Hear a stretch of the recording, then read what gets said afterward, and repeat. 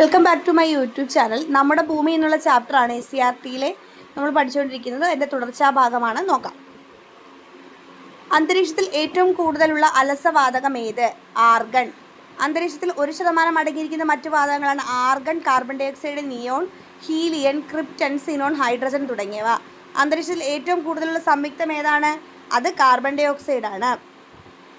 സൂര്യതാപമേറ്റ് ഭൗമോപരിതലത്തിൽ നിന്നും ജലം നീരാവിയായി അന്തരീക്ഷത്തിൽ എത്തുന്ന പ്രക്രിയയുടെ പേരെന്ത്? ബാഷ്പീകരണം. ഭൗമോപരിതലത്തിൽ നിന്നും ഏകദേശം ജലബാഷ്പത്തിന്റെ സാന്നിധ്യം കാണപ്പെടുന്നത് 90 കിലോമീറ്റർ വരെയാണ്. ഭൂമധ്യരേഖാ പ്രദേശത്ത് നിന്ന് ധ്രുവങ്ങളിലേക്ക് പോകും തോറും അന്തരീക്ഷത്തിലെ ജലബാഷ്പത്തിന്റെ അളവ് കുറഞ്ഞു വരുന്നു. ഭൗമോപരിതലത്തിലോട് ചേർന്നുള്ള അന്തരീക്ഷ ഭാഗങ്ങളിലാണ് പൊടിപടലങ്ങൾ കാണപ്പെടുന്നത്. അന്തരീക്ഷത്തിലെ നേർത്ത പൊടിപടലങ്ങളെ ചുറ്റി അന്തരീക്ഷ നീരാവി ഘനീഭവിച്ചാണ് മേഘങ്ങൾ രൂപപ്പെടുന്നത്. അന്തരീക്ഷത്തിലെ നേർത്ത പൊടിപടലങ്ങൾ അറിയപ്പെടുന്നത് ഘനീകരണ മർമ്മങ്ങൾ എന്നാണ്. അന്തരീക്ഷത്തിൽ പൊടിപടലങ്ങൾ എത്തുന്ന മാർഗങ്ങൾ: കാറ്റിലൂടെ ഭൂമിയിൽ നിന്ന് ഉയർത്തപ്പെടുന്നു, അഗ്നിപർവ്വതങ്ങളിലൂടെ പുറത്തു വരുന്നു, ഉൽക്കകൾ കത്തുന്നതിലൂടെ ഉണ്ടാകുന്ന ചാരം എന്നിവയാണ്. ജീവജാലങ്ങളുടെ നിലനിൽപ്പിന് അന്തരീക്ഷത്തിലെ സംഭാവനകൾ: കാലാവസ്ഥാ പ്രതിഭാസങ്ങൾ ഉണ്ടാകുന്നു, ഹാനികരമായ സൂര്യരശ്മികളിൽ നിന്ന് സംരക്ഷിക്കുന്നു, അന്തരീക്ഷ വായുവിൻ്റെ സംരചനയ്ക്ക് മാറ്റം വരുത്തുന്ന രീതിയിൽ പുകയും വിഷവാതകങ്ങളും മറ്റ് രാസപ്രവർത്തനങ്ങളും വായുവിൽ കലരുന്ന പ്രതിഭാസമാണ് അന്തരീക്ഷ മലിനീകരണം. അന്തരീക്ഷ മലിനീകരണത്തിന് കാരണമാകുന്ന പ്രവർത്തനങ്ങൾ: പ്ലാസ്റ്റിക് പോലുള്ള കലമാലിന്യങ്ങൾ കത്തിക്കുന്നത്, അഗ്നിപർവ്വത സ്ഫോടനങ്ങളിലൂടെ വിഷവാതകങ്ങൾ പുറത്തു വരുന്നത്, വെടിമരുന്നുകളുടെ ഉപയോഗം, ഫാക്ടറികളിൽ നിന്നും വാഹനങ്ങളിൽ നിന്നും പുറത്തു വരുന്ന പുക, അന്തരീക്ഷത്തിലെത്തുന്ന carbon dioxide, carbon monoxide, sulphur dioxide തുടങ്ങിയവ മഴവെള്ളത്തോടൊപ്പം കലർന്ന് വെള്ളത്തിന് ആസിഡ് സ്വഭാവം വരികയും ഭൂമിയിലേക്ക് പതിക്കുകയും ചെയ്യുന്ന പ്രതിഭാസം അമ്ലമഴ. അന്തരീക്ഷത്തിൽ സൾഫർ ഡൈ ഓക്സൈഡിൻ്റെയും നൈട്രജൻ ഓക്സൈഡിൻ്റെയും പ്രവർത്തന ഫലമായാണ് അമ്ലമഴ ഉണ്ടാകുന്നത്. അമ്ലമഴയായി കണക്കാക്കുന്ന മഴവെള്ളത്തിൻ്റെ pH മൂല്യം എത്ര? 5-ൽ കുറവ്. ശുദ്ധജലത്തിൻ്റെ pH മൂല്യം എത്ര? 7. പുകയും സ്മോക്ക്, മൂടൽമഞ്ഞ്, ഫോഗ് എന്നിവ സംയോജിച്ചുണ്ടാകുന്നതാണ് പുകമഞ്ഞ് അഥവാ സ്മോഗ്. വ്യവസായശാലകൾ, വാഹനങ്ങൾ, നിർമ്മാണ പ്രവർത്തനങ്ങൾ, കാർഷിക അവശിഷ്ടങ്ങളുടെ കത്തിക്കൽ തുടങ്ങിയവയിൽ നിന്നും പുറന്തള്ളുന്ന പുകയും പൊടിപടലങ്ങളുമാണ് പുകമഞ്ഞിന് കാരണം. കേരളത്തിൽ സ്മോഗ് ഉണ്ടാകുന്ന പട്ടണം ഏത്? ആലുവ, എറണാകുളം. വായുമലിനീകരണം മൂലം വർദ്ധിച്ചു വരുന്ന രോഗങ്ങൾ: പക്ഷാഘാതം, ഹൃദ്രോഗം, ശ്വാസകോശ രോഗങ്ങൾ. അന്തരീക്ഷ മലിനീകരണം ഒഴിവാക്കാനുള്ള മാർഗങ്ങൾ: മരങ്ങൾ വെച്ചുപിടിപ്പിക്കുക, സോളാർ പാനലുകൾ സ്ഥാപിക്കുക, ഇലക്ട്രിക് വാഹനങ്ങൾ പ്രോത്സാഹിപ്പിക്കുക, ദൈർഘ്യം കുറഞ്ഞ യാത്രകൾക്ക് സൈക്കിൾ അല്ലെങ്കിൽ കാൽനട യാത്ര തിരഞ്ഞെടുക്കുക. അന്തരീക്ഷ ഘടന: അന്തരീക്ഷത്തിൽ ലംബതലത്തിൽ പ്രധാനമായും 2ആയി തരംതിരിച്ചിരിക്കുന്നു: ഹോമോസ്ഫിയർ, ഹെട്രോസ്ഫിയർ. ഭൗമോപരിതലത്തിൽ നിന്നും ഏകദേശം 90 കിലോമീറ്റർ ഉയരം വരെ വാതക സംരചനയിൽ ഐക്യരൂപമുള്ള അന്തരീക്ഷ ഭാഗമാണ് ഹോമോസ്ഫിയർ. ഹോമോസ്ഫിയറിന് മുകളിലായി വാതകങ്ങൾ മിശ്രിത രൂപത്തിൽ കാണപ്പെടുന്ന അന്തരീക്ഷ ഭാഗം ഹെട്രോസ്ഫിയർ. താപവ്യത്യാസത്തിന്റെ അടിസ്ഥാനത്തിൽ അന്തരീക്ഷത്തെ 5 വ്യത്യസ്ത പാളികളായി തരംതിരിച്ചിരിക്കുന്നു: troposphere, stratosphere, mesosphere, thermosphere, exosphere. ഏതൊക്കെയാ? ട്രോപ്പോ, സ്ട്രാറ്റോ, മിസോ, തെർമോ, എക്സോസ്ഫിയർ. ഇത്രയും സ്ഫിയറുകളാണ്, 5 എണ്ണമാണ് ഉള്ളത്. ഓരോന്നും പഠിക്കാം. അന്തരീക്ഷ ഘടനയിൽ ആദ്യത്തേതാണ് ട്രോപ്പോസ്ഫിയർ. ഭൂമിയുടെ പ്രതലത്തോട് ഏറ്റവും അടുത്തുള്ള അന്തരീക്ഷ പാളി, അന്തരീക്ഷത്തിൻ്റെ ഏറ്റവും താഴെയുള്ള പാളി. പൊടിപടലങ്ങളും ജലബാഷ്പവും ഏറ്റവും കൂടുതലുള്ള അന്തരീക്ഷ പാളി. മേഘരൂപീകരണം, മഴ, മഞ്ഞ്, കാറ്റ്, ഇടിമിന്നൽ തുടങ്ങിയ അന്തരീക്ഷ പ്രതിഭാസങ്ങൾ സംഭവിക്കുന്ന പാളി. യാത്രാവിമാനങ്ങൾ സഞ്ചരിക്കുന്ന അന്തരീക്ഷ പാളി. ഭൗമോപരിതലത്തിൽ നിന്ന് ട്രോപ്പോസ്ഫിയറിൻ്റെ ശരാശരി ഉയരം 13 കിലോമീറ്റർ. രൂപപ്രദേശത്ത് ട്രോപ്പോസ്ഫിയറിൻ്റെ ഏകദേശ ഉയരം 8 കിലോമീറ്റർ. ഭൂമധ്യരേഖാ പ്രദേശത്ത് ട്രോപ്പോസ്ഫിയറിൻ്റെ ഏകദേശ ഉയരം 18 കിലോമീറ്റർ. ഭൂമധ്യരേഖാ പ്രദേശത്ത് ചൂട് കൂടുതലായതിനാൽ വായു ചൂടുപിടിച്ച് ഉയരങ്ങളിലേക്ക് വ്യാപിക്കുന്നതിനാലാണ് ധ്രുവപ്രദേശത്തെ അപേക്ഷിച്ച് ട്രോപ്പോസ്ഫിയറിൻ്റെ ഉയരം ഭൂമധ്യരേഖാ പ്രദേശത്ത് കൂടുതലായത്. ഓക്കെയാണ്. അടുത്തെന്ന് പറയുന്നത് കുറച്ച് ഫാക്ടറുകളുണ്ട്, നോക്കാം. ട്രോപ്പോസ്ഫിയറിൽ ഓരോ 165 മീറ്റർ ഉയരത്തിലും 1 ഡിഗ്രി സെൽഷ്യസ് എന്ന തോതിൽ അന്തരീക്ഷ താപനില കുറയുന്നത് അറിയപ്പെടുന്ന പേരാണ് ക്രമമായ താപനഷ്ട നിരക്ക് അഥവാ നോർമൽ ലാപ്സ് റേറ്റ്. ട്രോപ്പോസ്ഫിയറിൽ ഉയരം കൂടുന്തോറും താപം കുറയുന്നതിനാലാണ് ഊട്ടി, കൊടൈക്കനാൽ, മൂന്നാർ തുടങ്ങിയ ഉയർന്ന പ്രദേശങ്ങളിൽ തണുപ്പ് അനുഭവപ്പെടുന്നത്. ട്രോപ്പോസ്ഫിയറിന് മുകളിലുള്ള സംസ്കരണ മേഖല അറിയപ്പെടുന്നത് ട്രോപ്പോപാസ്. ട്രോപ്പോപാസിലൂടെയുള്ള വായുപ്രവാഹം ജെറ്റ് പ്രവാഹം.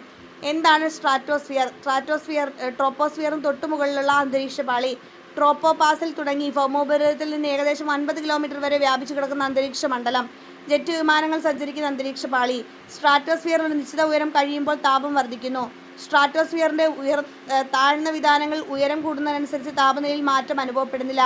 ഈ മേഖലയാണ് സമതാപ മേഖല. ഓസോൺ ദിനം സെപ്റ്റംബർ 16. 1988 ഐക്യരാഷ്ട്രസഭയുടെ ജനറൽ അസംബ്ലി യോഗത്തിലാണ് ഓസോൺ പാളി സംരക്ഷണ ദിനം പ്രഖ്യാപിച്ചത്. 1994 മുതലാണ് ഓസോൺ ദിനം ആചരിച്ചു തുടങ്ങിയത്. അൾട്രാവയലറ്റ് കിരണങ്ങളെ ആഗിരണം ചെയ്ത് ഭൂമിയിലെത്താതെ സംരക്ഷിക്കുന്ന സ്ട്രാറ്റോസ്ഫിയറിലെ പാളിയാണ് ഓസോൺ പാളി. അൾട്രാവയലറ്റ് കിരണങ്ങൾ സൃഷ്ടിക്കുന്ന ദോഷങ്ങൾ: ആഹാര ശൃംഖലയിലെ തകർച്ച, കൃഷിനാശം, സസ്യവളർച്ച, മുരടിക്കൽ, അകാല വാർദ്ധക്യം, അന്ധത, തിമിരം, ത്വക്കിലുണ്ടാകുന്ന ക്യാൻസർ. ഓസോൺ ശോഷണത്തിന് കാരണമാകുന്ന വാതകങ്ങൾ: ക്ലോറോ ഫ്ലൂറോ കാർബൺ, ഹാലോണുകൾ, കാർബൺ മോണോക്സൈഡ്. ഓസോൺ ശോഷണത്തിന് കാരണമാകുന്ന ഉൽപ്പന്നങ്ങളെ ഘട്ടംഘട്ടമായി നിരോധിക്കുന്നതിനുള്ള അന്താരാഷ്ട്ര ഉടമ്പടിയാണ് മോൺട്രിയൽ പ്രോട്ടോക്കോൾ. 1987 വിയന്നയിൽ വെച്ച് നടന്ന ഉച്ചകോടിയുടെ ഫലമായിട്ടാണ് മോൺട്രിയൽ പ്രോട്ടോക്കോൾ അംഗീകരിച്ചത്. സ്ട്രാറ്റോസ്ഫിയറിന് മുകളിലുള്ള സംക്രമണ മേഖലയാണ് സ്ട്രാറ്റോപാസ്. മിസോസ്ഫിയർ: സ്ട്രാറ്റോസ്ഫിയറിന് മുകളിൽ ഏകദേശം 50 കിലോമീറ്റർ മുതൽ 80 കിലോമീറ്റർ വരെ വ്യാപിച്ചിരിക്കുന്ന അന്തരീക്ഷ പാളിയുടെ പേരെന്ത്? മിസോസ്ഫിയർ. ഉയരം കൂടുന്തോറും താപം കുറഞ്ഞു വരുന്ന അന്തരീക്ഷ പാളി മിസോസ്ഫിയർ. ഉൽക്കകൾ കത്തിച്ചാരമാകുന്ന അന്തരീക്ഷ പാളി മിസോസ്ഫിയർ. മിസോസ്ഫിയറിൽ പ്രവേശിക്കുന്ന ഉൽക്കകൾ കത്തിച്ചാരമാകാൻ കാരണം എന്ത്? ഘർഷണം. മിസോസ്ഫിയറിൽ കാണപ്പെടുന്ന ഭൂമിയിലെ ഏറ്റവും ഉയരത്തിലുള്ള മേഘങ്ങൾ നോക്ടിലൂസൻ്റെ മേഘങ്ങൾ ദിശാദീപങ്ങൾ എന്നറിയപ്പെടുന്നു. നോക്ടിലൂസൻ്റെ മേഘങ്ങൾ. അന്തരീക്ഷത്തിലെ ഏറ്റവും കുറഞ്ഞ താപനില അനുഭവപ്പെടുന്ന പാളി മിസോസ്ഫിയർ. ഭൗമോപരിതലത്തിൽ നിന്ന് ഏകദേശം 80 കിലോമീറ്റർ ഉയരത്തിലെ താപനില -100 ഡിഗ്രി സെൽഷ്യസ്. മിസോസ്ഫിയറിലെ ശരാശരി താപനില -85 ഡിഗ്രി സെൽഷ്യസ്. അന്തരീക്ഷത്തിലെ ഏറ്റവും കുറഞ്ഞ താപനില അനുഭവപ്പെടുന്ന ഭാഗം mesopause -80 degree Celsius to -100 degree Celsius. മെസോസ്ഫിയറിന് മുകളിലുള്ള സംക്രമണ മേഖല മെസോപാസ്. അടുത്ത തെർമോസ്ഫിയർ. മെസോസ്ഫിയറിന് മുകളിൽ ഏകദേശം 80 കിലോമീറ്റർ മുതൽ 400 കിലോമീറ്റർ വരെ ഉയരത്തിൽ സ്ഥിതി ചെയ്യുന്ന അന്തരീക്ഷ പാളി തെർമോസ്ഫിയർ. തെർമോസ്ഫിയറിൽ ഉയരം കൂടുന്തോറും താപനില കൂടുന്നു. ഏറ്റവും താപനില കൂടിയ അന്തരീക്ഷ പാളി. ഭൂഗുരുത്വാകർഷണം ഏറ്റവും കുറഞ്ഞ പാളി. ധ്രുവപ്രദേശങ്ങളിൽ കാണപ്പെടുന്ന അറോറ കാഴ്ചകളുടെ ഉറവിടം തെർമോസ്ഫിയർ. തെർമോസ്ഫിയറിന്റെ താഴ്ഭാഗം അയണോസ്ഫിയർ. അടുത്തതാണ് അയണോസ്ഫിയർ. അന്തരീക്ഷത്തിന്റെ ഏകദേശം 80 മുതൽ 400 കിലോമീറ്റർ ഉയരത്തിൽ വാതക തന്മാത്രകളെ അൾട്രാവയലറ്റ്, എക്സ്റേ തുടങ്ങിയ രശ്മികൾ അയോണുകളാക്കി മാറ്റുന്ന പ്രതിഭാസം അയോണീകരണം. അയോണുകൾ വൈദ്യുതി കടത്തിവിടുന്നു. റേഡിയോ തരംഗങ്ങൾ വൈദ്യുതികാന്ത തരംഗങ്ങളായതിനാൽ റേഡിയോ തരംഗങ്ങളുടെ ദീർഘദൂര പ്രക്ഷേപണം സാധ്യമാകുന്ന അന്തരീക്ഷ പാളി അയണോസ്ഫിയർ. വാർത്താവിനിമയ കൃത്രിമോപഗ്രഹങ്ങൾ സ്ഥിതി ചെയ്യുന്ന അന്തരീക്ഷ പാളി അയണോസ്ഫിയർ. എക്സോസ്ഫിയർ. അന്തരീക്ഷത്തിലെ ഏറ്റവും മുകളിലുള്ള പാളിയാണ് എക്സോസ്ഫിയർ. തെർമോസ്ഫിയറിന് മുകളിലായി സ്ഥിതി ചെയ്യുന്നു. 400 കിലോമീറ്ററിന് മുകളിൽ സ്ഥിതി ചെയ്യുന്ന അന്തരീക്ഷ പാളി. വായു തന്മാത്രകളുടെ സാന്നിധ്യം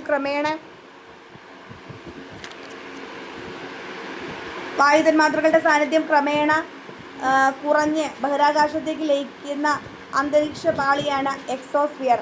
എക്സോസ്ഫിയറിൻ്റെ വിവിധ പാളികൾ. അയണോസ്ഫിയറിൻ്റെ വിവിധ പാളികൾ താഴ്ന്ന ആവൃത്തിയിലുള്ള റേഡിയോ തരംഗങ്ങളുടെ സിഗ്നലുകളെ പ്രതിഫലിപ്പിക്കുകയും ഇടത്തരം ഉയർന്ന ആവൃത്തിയിലുള്ള ആഗിരണം ചെയ്യുകയും ചെയ്യുന്ന പാളിയാണ് ഡി ലെയർ. ഇടത്തരം ഉയർന്ന ആവൃത്തിയിലുള്ള റേഡിയോ തരംഗങ്ങളെ ഭൂമിയിലേക്ക് പ്രതിഫലിപ്പിക്കുന്ന പാളി ഇ ലെയർ. ഉയർന്ന ആവൃത്തിയിലുള്ള റേഡിയോ തരംഗങ്ങളെ പ്രതിഫലിപ്പിക്കുന്ന പാളി എഫ് ലെയർ. എല്ലാ റേഡിയോ തരംഗങ്ങൾക്കും അപവർത്തനം സംഭവിക്കുന്ന അയണോസ്ഫിയറിൻ്റെ പുറം പാളിയാണ് ജി ലെയർ. അപ്പോൾ ഇത്രയാണ് നമ്മൾ നോക്കാനുള്ളത്. Thank you.